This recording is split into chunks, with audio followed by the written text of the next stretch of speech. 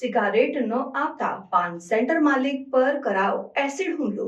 સુરતના કાપોદ્રા વિસ્તારમાં એક ચોંકાવનારી ઘટના સામે આવી છે, જેમાં પાન સેન્ટરના માલિકે ઉધારમાં સિગારેટ આપવાનો ઇનકાર કરતા રત્ન કલાકાર રાકેશ બારૈયાએ તેમના પર એસિડનો હુમલો કર્યો। આ ઘટના 31 માર્ચે શિવશક્તિ શેરીમાં બની હતી।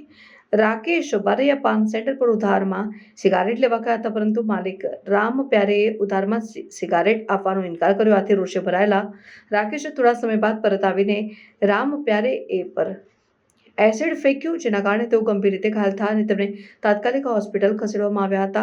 કાપોદ્રા પોલીસે ઘટનાની જાણ થતાં જ રાકેશ બારૈયાની ધરપકડ કરી। પોલીસના જણાવ્યા અનુસાર રાકેશ બારૈયા હીરા ઉદ્યોગમાં રત્ન કલાકાર તરીકે કામ કરે છે અને તેમના વિરુદ્ધ અગાઉ પણ પ્રોહિબિશન સહિત 5 ગુના નોંધાયેલા છે। આ ઘટના સુરત શહેરમાં સુરક્ષા અને કાયદા વ્યવસ્થાના પ્રશ્નોને લઈને ચિંતાનો વિષય બની છે। સામાન્ય બાબતો પર ઉગ્ર પ્રતિક્રિયાઓ અને હિંસક ઘટનાઓને રોકવા માટે સમાજમાં જાગૃતિ અને સંયમની જરૂરિયાત છે।